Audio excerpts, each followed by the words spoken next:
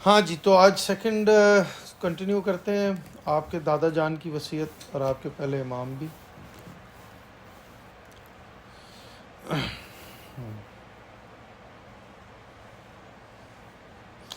تو آخری بات یہاں تک پہنچی تھی کہ دین میں سوجھ بوجھ پیدا کرو، یعنی دین کی فکر کرو، learn about it.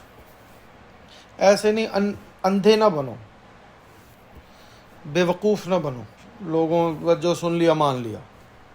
Think about it. سوجھ بوجھ کہتے ہیں فکر کرنے کو، یعنی when you really pay attention to and you go in deep.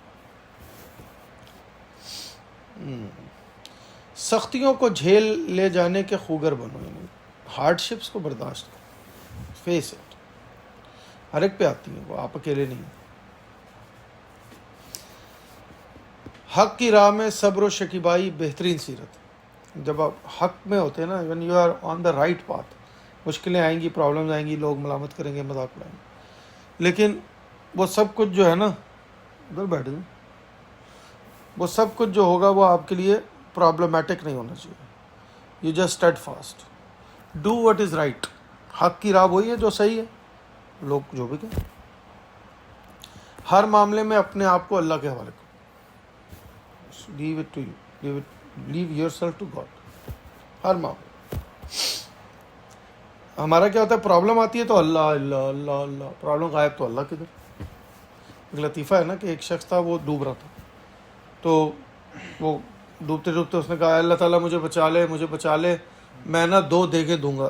2 دیگیں، Urdu میں دیگیں دینا کہتے ہیں کہ جب کوئی منت مانتا ہے نا، میں کھانا کھلاؤں گا، تو دیگ کہتے ہیں ایک بڑے سے پاٹ کو جس میں کھانا ہوتا ہے. تو کہتا ہے 2 دیگیں دوں گا، 2 دیگیں. تو ایک پھر وہ لہر آتی ہے، وہ اس کو باہر پھینک دیتی ہے. کون سی دیگ؟ اب کیونکہ بچ جاتا ہے نا، پھر کہتا ہے کون سی دیگ. ایک دم ایک اور آتی ہے لہر، اس کو واپس لے جاتی. کہتا نہیں میں کہہ رہا تھا کون سی، میٹھی کہ پھیکی. یہ نہیں کرنا ہم نے کہ مشکل آئی تو اللہ اللہ، اور مشکل ختم ہو گئی تو نہیں کوئی نہیں، میں تو جانتے ہی نہیں اللہ کو. اللہ کو ہر معاملے میں اپنے آپ، کیونکہ ایسا کرنے سے اگر تم اپنے آپ کو اللہ کے حوالے کر دو گے تو کیا کرو گے؟ ایسا کرنے سے تم اپنے آپ کو ایک مضبوط پناہ گاہ اور قوی محافظ کے سپرد کر دو گے. یعنی ایک بہت ہی اسٹرانگ، جسے کہنا چاہیے، جو تمہارا گارڈ ہوگا نا، اسٹرانگ گارڈ، جس کو کوئی نہیں توڑ سکتا. کیا ہوتا ہے مشکل میں، جب آپ کہیں کوئی پناہ لینا چاہتے ہیں، you want to be safe, تو آپ کسی سیف جگہ پہ جاتے ہیں، سیفسٹ پلیس. صرف اپنے پروردگار سے سوال کرو، صرف اپنے پروردگار سے سوال کرو. صرف، میں نہیں کہہ رہا، ہمارے دادا جی کہہ رہے ہیں، ہمارے پہلے امام کہہ رہے ہیں، صرف اپنے پروردگار سے سوال کرو. کیونکہ اب وجہ بتا رہے ہیں کیوں صرف پروردگار سے کیوں سوال کرو. کیونکہ دینا اور نہ دینا بس اسی کے اختیار میں. ہمیں نہیں پتا ہمارے دادا کے متعلق لوگوں نے کیا عقیدے بنائے ہیں، ہمیں نہیں پتا. ہوتا ہے نا، لوگ ہوتے نہیں ہیں، ان کو لوگ پتہ نہیں کیا کر دیتے ہیں. ہمارے دادا جی نے جو ہمیں بات بتائی ہے نا، وہ سمپل بات بتائی ہے، صرف اپنے پروردگار سے سوال کرو. دینا نہ دینا اسی کے اختیار میں ہے. اپنے آپ کو اللہ کے حوالے کر دینا، اسی سے سوال کرنا کہ ہمارے دادا جی ہمیں کیا بتا کے گئے ہیں، کہ ہمیں کیا کرنا ہے. جیسے رسول اللہ کا معاملہ ہوا نا، رسول اللہ کے متعلق ہمارے سنی بھائی جو کہتے ہیں نا کہ جی وہ نبی نے، جی وہ دوست امام، ہم کہتے ہیں، سوری، وہ تو جو کہتے ہیں سو کہتے ہی ہیں، ہم کہتے ہیں کہ بھائی دیکھو، ہمارے نبی نے ہمیں یہ کہا تھا کہ میرے بعد علی کے ساتھ جڑ جانا، یہی کہا ہمیں، اور تو کچھ کہا ہی نہیں. آخر میں ہم ان کے ساتھ جڑے ہوئے ہیں، آپ نہ جڑے، آپ جو چاہیں کریں. ہم تو وہ کریں گے جو ہمارے نبی نے ہمیں کہا. بالکل اسی طرح اب آ کے آپ کو کوئی کچھ بھی کہتا رہے، آپ اس کے سامنے ہی وصیت رکھیں. انہوں نے کہا جی آپ پتہ نہیں، ہم تو اپنے دادا جان کو مانتے ہیں. یہ انہوں نے لکھا لیٹر 31 نہج البلاغہ پڑھ لیا. اس میں تو لکھا ہے کہ دینا نہ دینا اسی کے اختیار میں ہے. زیادہ سے زیادہ اپنے اللہ سے بھلائی کے طالب رہو. اللہ سے اچھی چیز. میری وصیت کو سمجھو. اب یہاں سٹریس کر رہے ہیں, یہ بات کر کے سٹریس کر رہے ہیں, میری وصیت کو سمجھو اور اس سے روح گردانی نہ کرو, یعنی ڈونٹ ڈیویٹ فرام اٹ. جو میں بتا رہا ہوں فالو اٹ ایز از. اچھی بات وہی ہے جو فائدہ دے, اچھی بات ہے. اور اس علم میں کوئی بھلائی نہیں جو جس سے فائدہ نہ حاصل کیا جا سکے. یہ جو میں کہتا ہوں نا, کچھ آرٹس ایسے ہوتے ہیں ان کو فائدہ کیوں نہیں, مطلب سیکھ کے کیا کریں گے آپ. زندگی میں کچھ فائدہ حاصل ہو کے کسی چیز سیکھنے سے تو وہ ضرور کریں. اور جس علم کا سیکھنا سزاوار نہ ہو اس سے کوئی فائدہ نہیں اٹھایا جا سکتا. یعنی جس علم کو سیکھنا واجب نہ ہو آپ کے لیے, کوئی ضروری نہ ہو, تو اس کا پھر کوئی فائدہ بھی نہیں. Don't waste your time. اے فرزند, اے میرے بچوں, جب میں نے دیکھا کہ کافی عمر تک پہنچ چکا ہوں اور دن بدن اولڈ ہوتا جا رہا ہوں, تو میں نے وصیت کرنے میں جلدی کی. تو مولا نے وصیت کرنے میں جلدی, بوڑھے ہو گئے.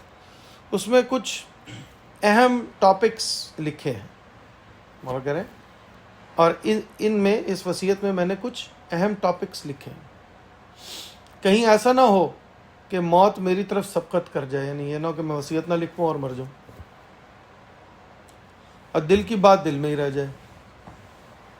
کہیں ایسا نہ ہو کہ میں جو کہنا چاہ رہا ہوں وہ کہہ نہ پاؤں, دل کی بات دل میں رہ جائے. یا بدن کی طرح عقل و رائے بھی کمزور پڑ جائے. بہت امپورٹنٹ جملے ہیں یہ. ہمارے دادا جی کہہ رہے ہیں کہ میں نے جلدی کیوں کی ہے وصیت لکھنے میں, صفین سے واپس آتے ہوئے کیوں لکھی, کیونکہ میں بوڑھا ہو گیا ہوں. کہیں ایسا نہ ہو موت مجھے آ جائے تو میری دل کی بات جو میں تم سے کہنا چاہتا ہوں دل میں ہی رہ جائے. بہت امپورٹنٹ بات کہہ رہا ہوں, بہت امپورٹنٹ جملہ ہے. اور یا پھر میری عقل اور سوچنے سمجھنے کی جو صلاحیتیں ہیں, رائے جو میری ہے, وہ بھی کمزور ہو رہی ہے. ظاہر ہوتا ہے وقت کے ساتھ انسان بوڑھا ہوتا ہے, چیزیں کمزور ہوتی جاتی ہیں, جسم کی طرح وہ بھی کمزور ہو. یا وصیت سے پہلے ہی تم پر کچھ خواہشات کا تسلط ہو جائے, یعنی یہ بھی ہو سکتا ہے. اور اس لیے بھی میں نے جلدی کی کہ کہیں ایسا نہ ہو کہ میں وصیت کروں اس سے پہلے ہی کہیں تم دنیا داری میں پڑ جاؤ, یا دنیا کے جھمیلے تمہیں گھیر لیں اور تم بھڑک اٹھنے والے منہ زور اونٹ کی طرح ہو جاؤ. ایسا بھی ہو سکتا ہے کہ دنیا میں تم مصروف ہو جاؤ, پھر میری سنو ہی نہ. اس لیے میں نے چاہا کہ فوراً. اب اس میں ایک بات بڑی اہم ہے, اللہ جانے ان لوگوں کو کون یہ باتیں بتا گیا ہے. ہمیں تو وہ بتا رہے ہیں کہ میں نے وصیت میں جلدی کیوں کی کہ میرے دل کی بات دل میں نہ رہ جائے, دل کی بات دل میں نہ رہ جائے. یہ سارے عقیدے ایک یوں غائب ہو جائیں گے جب وہ یہ باتیں پڑھیں. یہ تو باتیں بڑی سیدھی سیدھی ہیں. مولا فرما رہے ہیں جیسے انسان مر جاتا ہے دنیا سے معاملہ ختم ہے, اب اس کا کوئی آنا جانا نہیں, نہ اس کا کوئی رابطہ نہ تعلق. میرے دل کی بات دل میں رہ جائے گی بھائی, تو میں وصیت کروں. کیونکہ کم سن کا دل, اب وہ کہہ رہے ہیں میں نے اس لیے بھی جلدی کی اور تم جو ہو وہ دنیا کے معاملات میں نہ پڑ جاؤ. جیسے اونٹ ہوتا ہے نا, اونٹ وہ اگر بھڑک جائے نا تو پھر جدھر منہ اٹھاتا ہے ادھر بھاگ جاتا ہے. کوئی بھی جانور ہو جب وہ بفر جائے, اونٹ خصوصاً, تو وہ جدھر جدھر منہ ہوتا ہے ادھر ہی چلا جاتا ہے. یہ نہیں پوچھتا کہ بھائی ذرا بتا دیں میں نے سان فرانسسکو جانا ہے, ایسا نہیں, جسٹ گوز. بالکل اسی طرح نوجوان ہوتے ہیں. وہ کہہ رہے ہیں کیونکہ کم سن یعنی ینگرز کا دل اس خالی زمین کی مانند ہوتا ہے جس میں جو بیج ڈالا جاتا ہے وہ اسے قبول کر لیتا ہے. جیسے ایک تازہ زمین ہو, اس کے اندر آپ سیڈ ڈالیں تو جو بھی سیڈ ڈالیں گے وہ اگ جائے گا. That's how a young mind is, کہ وہ جو بات اس کو بتائی جا رہی تو اسی کو لے لیتا ہے. وہ نادان ہوتا ہے نا, دنیا نہیں دیکھی ہوتی. لہٰذا قبل اس کے کہ تمہارا دل سخت ہو جائے, تمہارا ذہن دوسری باتوں میں لگ جائے, میں نے تعلیم دینے کے لیے قدم اٹھایا. سبحان اللہ. ہمارے دادا نے کہا میں تعلیم دینا چاہ رہا ہوں, تمہیں بتانا چاہتا ہوں تاکہ تم عقل سلیم کے ذریعے یعنی صحیح عقل کے ذریعے ان چیزوں کو قبول کرنے کے لیے آمادہ ہو جاؤ. کن چیزوں کو قبول کرنے کے لیے؟ ایکسیپٹ کرنے کے لیے جن کی آزمائش اور تجربے کی زحمت سے تجربہ کاروں نے تمہیں بچا لیا. یعنی learn from the experiences of others. وہ تجربے کر چکے ہیں, انہوں نے زندگیاں گزار لی ہیں, انہوں نے زندگیوں میں ٹھوکریں کھا لی ہیں, انہوں نے اپس اینڈ ڈاؤنز دیکھ لی ہیں, وہ زندگیوں کے معاملات سے گزر کے آ رہے ہیں. تو ان کے تجربوں سے سیکھ لو تاکہ تمہیں وہاں یہی عقل مندوں کا طریقہ ہے. اس طرح تم تلاش کی زحمت سے مستغنی اور تجربے کی کلفتوں سے آسودہ ہو جاؤ. اب تمہیں پھر تلاش نہیں کرنی پڑے گی زیادہ. جب لوگوں کے ایکسپیرینس, ایک بندہ کہیں سے آ رہا ہو, آپ اس طرف جا رہے ہو, وہ آپ کو بتائے آگے پانی آیا ہوا ہے, سیلاب ہے, نہ جائیں, تو آپ جائیں. So you learn from his experience, right? تاکہ خود آپ, اب کوئی ہوگا پاگل نہیں ہے, میں جاؤں گا, جا کے دیکھوں گا پانی آ رہا ہے, پانی کے اندر جا کے دیکھوں گا کتنا پانی ہے. Go do it. نتیجہ اس کا کیا نکلے گا؟ ابھی پاکستان میں سیلاب آیا ہوا ہے. میں نے ایک ویڈیو دیکھی ہے, پاکستان میں لوگ زیادہ کیوں مرتے ہیں, ایسے کلیمٹیز میں زیادہ لوگ کیوں مرتے ہیں, میں بتاتا ہوں آپ کو اس کی ایک وجہ. ایک برج تھا, تو اس پہ ایک ادھر پولیس والا کھڑا ہے, پولیس والا باوردی, یہ بھی نہیں کہ سول ڈریس میں. اب وہ لوگوں کو کہہ رہا ہے پیچھے ہٹ جاؤ, پیچھے ہٹ جاؤ, پانی آ رہا ہے, پیچھے ہٹ. ایک بھائی چلو چلو واک ہو رہی ہے برج پہ, وہ کہہ رہا بھائی پیچھے, عوام چلی آ رہی, سنیں کچھ نہیں ہوگا, دیکھ لیں گے. سب گئے. That happens. You don't pay attention. وہ کہتے نہیں ہم کر لیں, یہ جو ہے نا ہم کر لیں, ہمارا مسئلہ ہمیں پتہ زیادہ. But that's where you actually lose. دوسروں کے ایکسپیرینسز سے سیکھیں, اور تجربہ و علم کی وہ باتیں تم تک پہنچ رہی ہیں. اب یہ اپنے آپ کو کہہ رہے ہیں کہ میرا تجربہ اور جو میرا علم ہے وہ باتیں میں تم تک پہنچ رہا ہوں. کون سی باتیں؟ کہ جن پر ہم مطلع ہوئے, یعنی ہمارے آباء و اجداد نے ہمیں بتایا, اور پھر وہ چیزیں بھی اجاگر ہو کر تمہارے سامنے آ رہی ہیں جن میں سے کچھ ممکن ہے ہماری نظروں سے اوجھل ہو گئی ہیں, اور کچھ اور باتیں بھی ہیں جو شاید ہم نہ دیکھ پائے ہوں یا ہمارے ایکسپیرینس میں نہ آئی ہوں, کم سے کم وہ تمہیں پتہ لگ جائیں گی. So it's like everything. اے فرزند, اے بچوں, اگرچہ میں نے اتنی عمر نہیں پائی جتنی اگلے لوگوں کی ہوا کرتی تھی. امام علی was around 61 when he died. تو کہہ رہے ہیں میری اتنی ایج نہیں ہے جتنی پہلے لوگوں کی ہوتی تھی, پھر بھی میں نے ان کی کارگزاریوں کو دیکھا ہے, یعنی whatever they did I saw. ان کے حالات و واقعات میں غور کیا. I paid attention what I was told, کہ ان کے ساتھ کیا ہوا تھا, جنگیں کیوں ہوتی تھیں, یہ لوگ آپس میں کیوں لڑتے تھے, اور بھی جو معاملات تھے ان پہ میں نے غور کیا. اور ان کے چھوڑے ہوئے نشانات میں سیر و سیاحت کی, یعنی میں گھوما ہوں جو بھی ان کے روئنز اینڈ کھنڈرات تھے جہاں وہ, یہاں تک کہ گویا میں بھی انہی میں ایک ہوں. یعنی میں نے اتنا اس پہ غور کیا کہ میں جیسے I lived in them. بلکہ ان سب کے حالات و معلومات جو مجھ تک پہنچ گئے ہیں ان کی وجہ سے ایسا ہے کہ گویا میں نے ان کے اول سے لے کر آخر تک کے ساتھ زندگی گزاری. اتنا میں نے ان کو اسٹڈی کیا, اتنا اس پہ غور کیا کہ ایسے جیسے کہ میں انہی کے ساتھ زندگی گزاری. چنانچہ میں نے صاف کو گندے, نفع کو نقصان سے الگ کر کے پہچان لی. Because I paid attention to my ancestors, ان کے حالات و واقعات کو میں نے پڑھا دیکھا, نبی سے علم حاصل کیا.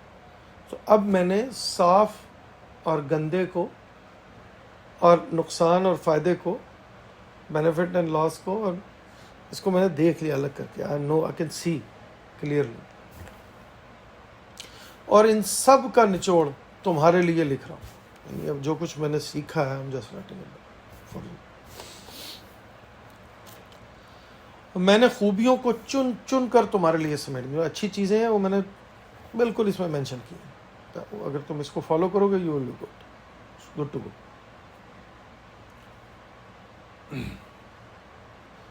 اور بے معنی چیزوں کو تم سے جدا رکھا ہے, اور جو تمہارے لیے ریلیونٹ باتیں ہیں اس کو.